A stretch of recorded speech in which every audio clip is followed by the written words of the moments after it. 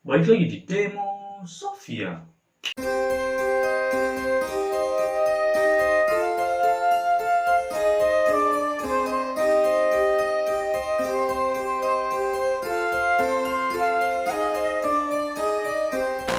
Pencarian kata Rohingya dalam mesin pencarian Google mengalami peningkatan dalam beberapa pekan terakhir, menyusul sejumlah insiden penolakan warga Aceh atas kehadiran kelompok etnis Indo-Arya di Tanah Rancong.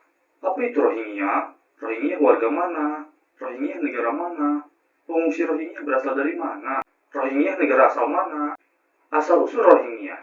Pada dasarnya, pertanyaan-pertanyaan tersebut merujuk kepada identitas Rohingya, kewarganegaraan Rohingya, dan negara asalnya. Jadi, berikut sejumlah hal-hal yang perlu Anda ketahui agar memahami konteks tentang pengungsi Rohingya. Rohingya adalah kelompok etnis minoritas Muslim yang telah tinggal selama berabad-abad di Myanmar, negara yang mayoritas penduduknya beragamakan Buddha. Apakah etnis Rohingya merupakan bagian dari Myanmar? Hal itu masih kontroversial. Kalangan sejarawan bersilang pendapat apakah Rohingya memang sudah menetap di Myanmar sebelum kemerdekaan dari Inggris pada tahun 1948. Sebagian sejarawan mengatakan komunitas ini sudah tinggal di Myanmar selama berabad-abad, hal yang diyakini oleh komunitas Rohingya sendiri. Dan pendapat kedua mengatakan bahwa mereka baru muncul sebagai kekuatan identitas dalam seabad terakhir. Dinyatakan bahwa mereka sebagai pendatang baru dari subkontinen India. Tahun 1982 menjadi momentum paling penting bagi komunitas Rohingya saat pemerintah Myanmar menerbitkan Undang-Undang Kewarganegaraan.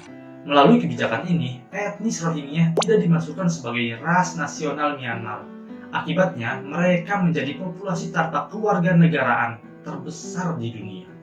Sebagai populasi tanpa kewarganegaraan, keluarga Rohingya tidak memiliki hak-hak dasar dan perlindungan, serta sangat rentan terhadap eksploitasi, kekerasan seksual, dan kekerasan berbasis gender.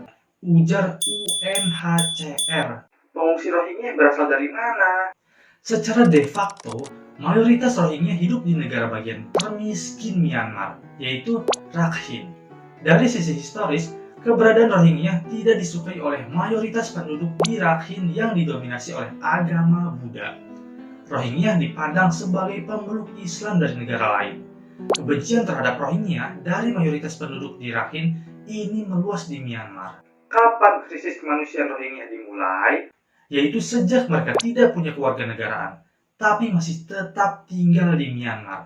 UNHCR menyebut hidup dan kehidupan mereka selama puluhan tahun mengalami kekerasan, diskriminasi, dan persekusi di Myanmar.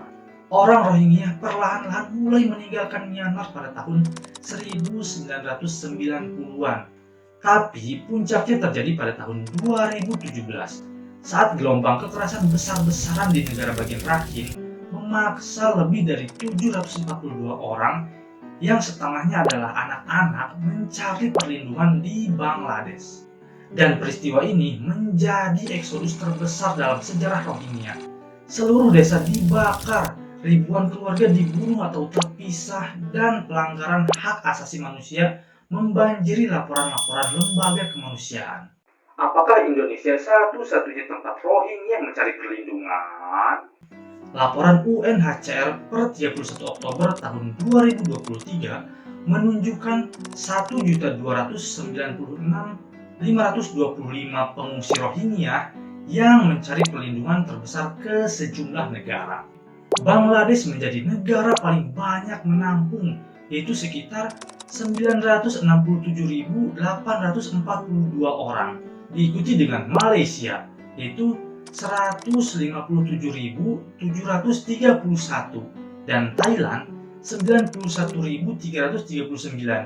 Kemudian India 78.731, dan yang terakhir adalah Indonesia.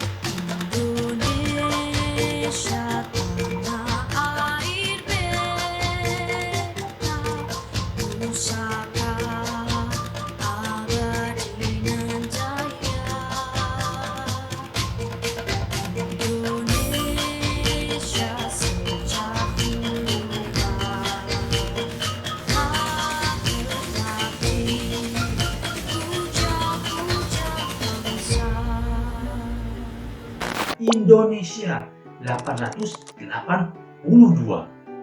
Meskipun jumlah yang masuk Aceh sedikit, tapi dalam 1 pekan terakhir gelombang pengungsi Rohingya mengalami peningkatan lebih dari 100% dengan jumlah sekitar 1.000 orang dan masih bertambah lagi. Dikatakan bahwa Indonesia bukanlah negara tujuan bagi pengungsi Rohingya dalam mencari perlindungan. Namun, Indonesia menjadi tempat transit karena tidak bisa mendarat di Malaysia atau tidak bisa sampai ke Malaysia. Katanya, kasus-kasus pengungsi Rohingya yang kabur di Aceh menguatkan pernyataan ini. Pengungsi Rohingya yang berada di Malaysia mengatakan bahwa ia berani membayar 20 juta rupiah untuk mengirim saudara-saudaranya dari Aceh untuk pindah ke Malaysia. Secara umum, komunitas Rohingya di Malaysia juga lebih banyak dan mereka bisa bekerja walaupun secara gelap. Namun belakangan ini, situasi keamanan makin memburuk di kamp Cox's Bazar, membuat pengungsi Rohingya memprioritaskan mencari keselamatan. Dan Indonesia pun mereka harapkan bisa menjadi tempat perlindungan. Sementara itu, pemerintah Malaysia menyatakan tidak lagi menerima pengungsi Rohingya dalam beberapa tahun terakhir dan ditegaskan kembali pada tahun 2020.